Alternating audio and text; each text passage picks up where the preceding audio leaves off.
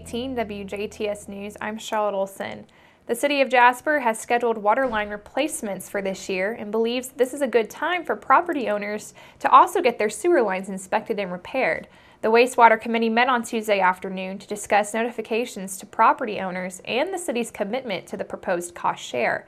Affected properties will receive a notice in the mail highlighting the necessary dates to call and schedule appointments, along with the proposed cost share. Those properties will fall along 231 stretching from 30th Street to Bartley, and the City of Jasper wishes to encourage property owners along that path to take advantage of their offer and to have their sewer lines inspected and repaired while the area is already torn up for the water line work. The responsibility of maintaining lateral sewer lines typically falls on the property owner, and it can be costly to the city when they fall to just repair. This cost share offer will particularly be an advantage for those property owners who may seek to sell or transfer ownership of their property within the next 3 years. Sewer line inspections and repairs are required before property can transfer ownership, and each inspection is good for 3 years. The city is offering a share of 50% or $2,500, whichever is less, in order to help property owners make the necessary repairs. The City of Jasper already offers inspections at no cost to property owners. However, if something does turn up during the inspection, the repairs are required. Typically, the required timeline is 90 days, but the city does plan to allow extensions in recognition of the possibility of overwhelmed contractors. The city hopes to have their portion of the project completed so that NDOT can bring repaving to the road in 2019. Dubois firefighters gave a helping hand on a fire Tuesday afternoon that destroyed an Orange County home. Just before 2:30 yesterday afternoon, Dubois volunteer firefighters were called for tanker assistance at the home located along the 8500 block of West 600 South in Orange County. Upon arrival, Dubois firefighters assisted Orange County District 1 and French Lick Fire Departments on a working house fire. Dubois spokesperson Zach Eichmiller says that the home was the residence of an Indiana State Trooper whose name was not released to the department. Dubois units responded with one tanker truck to shuttle water to the scene, and Eichmiller says that due to the location of the home, water supply was an issue for firefighters on scene. He says the home was most likely considered a total loss. 5 Dubois firefighters were on scene for around 2 hours assisting with water supply. The City of Jasper has sustained its fire rating for areas served by the Jasper Volunteer Fire Department, and Jasper Mayor Terry Seitz says in a release that during a recent public protection classification audit, the city's Fire, Water, and Police Communications Center were analyzed by the Risk Assessment Organization Insurance Services, or ISO. The result is that Jasper has once again earned a Class 4, which will continue to positively impact the cost of property and casualty insurance for residents and businesses. Seitz says that this is a significant result for Jasper, as only 17% of communities audited do receive a Class 4 rating or better. The mayor says that what's even more amazing is Jasper's volunteer department is scored the same way as full-time departments elsewhere. And Jasper Fire Chief Kenny Hoaxang said that his department is very pleased with the ISO rating. Hoaxang says that they acknowledge that the score reflects not only the work of the fire department, but collaboration between them, the Jasper Police Department Communications Center, and the Jasper Gas and Water Department. Jasper Police Chief Nathan Schmidt credits the dedication and professionalism of the Jasper Police Department dispatchers, while Tim Dorsum, manager of the Jasper Gas and Water Department, says that it's fantastic news and says that it underscores the continued improvements that we have made to the water system in Jasper. ISO is an independent organization that serves 45,000 fire districts, insurance companies, and insurance regulators by providing information about risks. Virtually all U.S. insurers of homes and business properties use ISO's public protection classification in calculating premiums.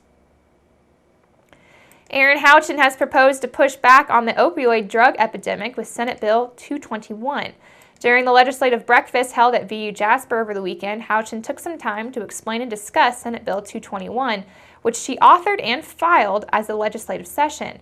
Senate Bill 221 proposes to combat the growing opioid epidemic plaguing Indiana and much of the nation, and reform will be implemented to Indiana's prescription drug monitoring program known as INSPECT. Currently, registration and regular searches of the INSPECT program are voluntary. With the proposal of the new bill, doctors would be required to register with INSPECT and perform mandatory searches if they prescribe opioids or benzodiazepines.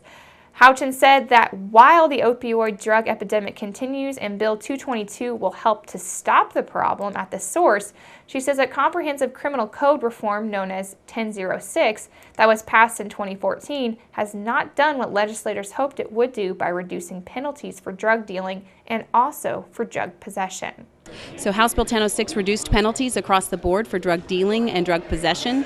It prohibited level 6 felons from being sent to DOC, forcing those to be kept at local jails, though no funding was provided to our local jails to house the additional inmates. So what we're seeing is local jail overcrowding, and when that happens, then these inmates are having to be turned around, processed in the system for 30, 60, or 90 days, and then turned back out while we're doing nothing to rehabilitate those people, causing, I believe, a spike in our CHINS cases. Houchin says that she will continue to work towards solutions for the opioid crisis, including to continue to push for comprehensive treatment and also for counseling to those who are affected by addiction.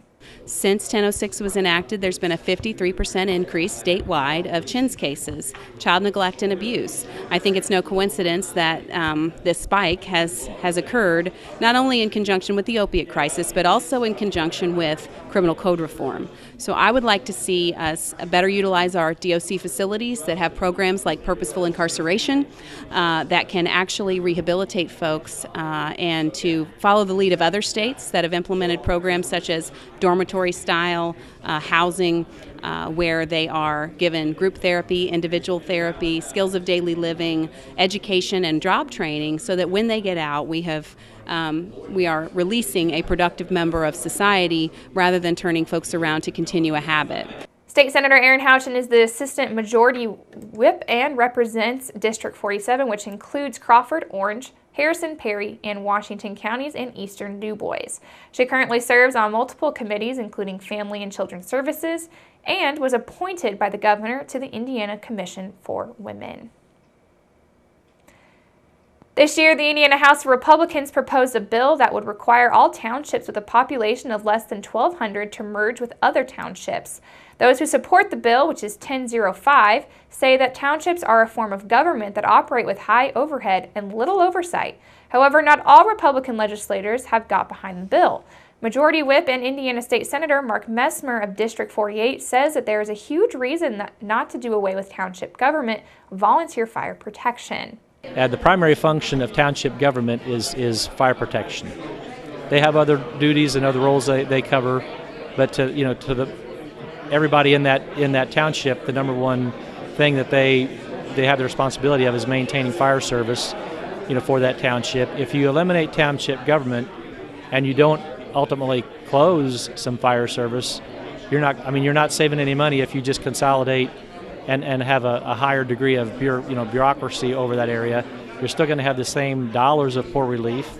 You're still going to have the same money spent on people, managing those dollars, and those are really almost insignificant dollars in the total. But if you don't eliminate fire service, you can't save money. And if you eliminate fire service, you put people's homes at jeopardy. You put their insurance costs at jeopardy.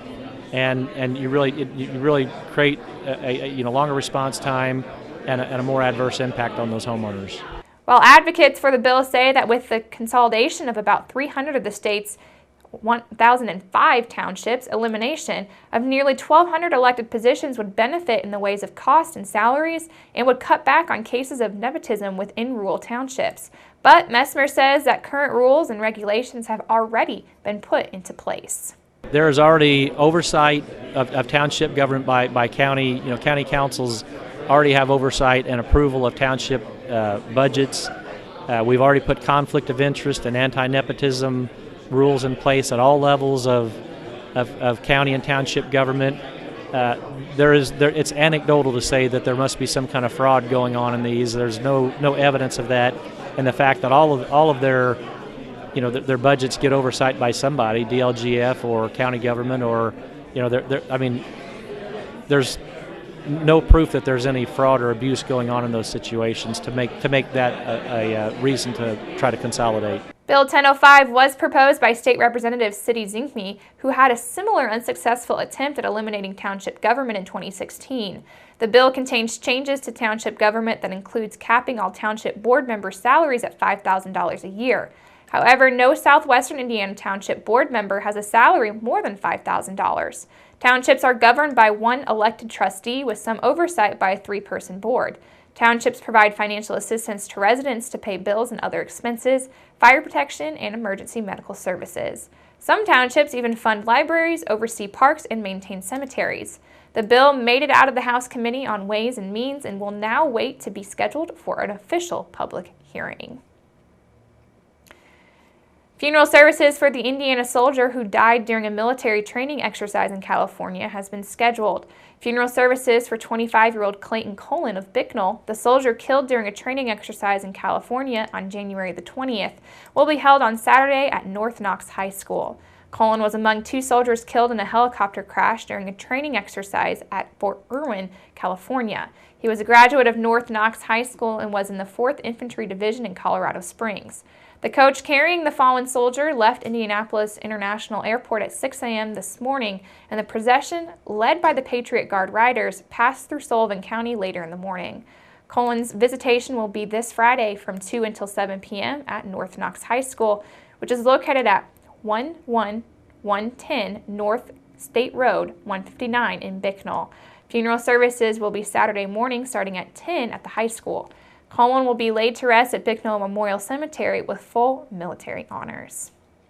And make sure you keep it right here, because up next we're going to take a look at your weather summary.